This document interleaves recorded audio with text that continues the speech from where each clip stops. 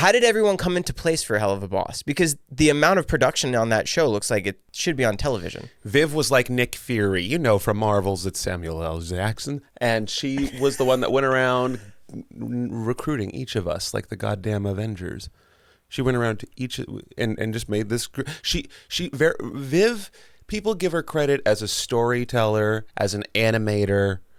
I think her true talent is a curator. She knows how to meld groups of people together that work really well. She did it for 2 shows in a row, and they both worked. That's crazy. Yeah. How do you just jump into that? She offered it to me, and people say, like, how do I get into voice acting? How do I do?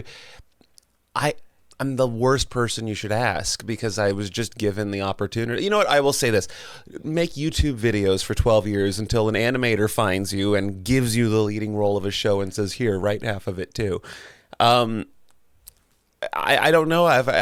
Getting into voice acting is tough. It is really tough. And it's not just making a bunch of silly voices like I thought it was. It is acting. It's more than acting. Did you know that a voice acting session is only 4 hours long and you don't go longer than that? As opposed to regular acting, we're on set for, 12 hours a day? Voice acting is so condensed. You get in that booth and you are only doing your lines the entire time solid. So just imagine you walk into a booth and it's this for 4 hours, and you're just no breaks, just at a 10 the whole time, and it gets very tiring. So my first week doing Helluva Boss, I told them, I said, they have me scheduled for 4 hours for 2 days. Tell them I'll knock it out in 1 if they give me an 8-hour block, if they can afford it. Here I am 2 hours into the session, and I'm like, yeah. So, were you in that booth with Richard first time? Well, the first time we were all in it together. That was the whole cast. Mm-hmm. Oh, that's cool.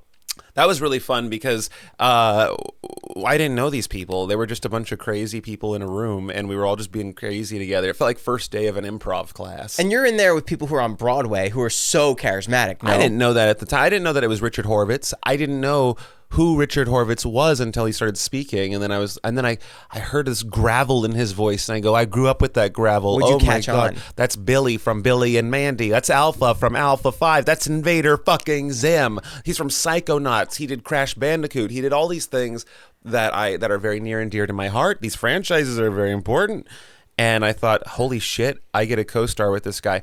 So I thought, okay, she got a cool special guest to be in this pilot, this one-off concept for a show. I still didn't think anything of it. And you want to know what pains me to this day? I didn't even go to the premiere.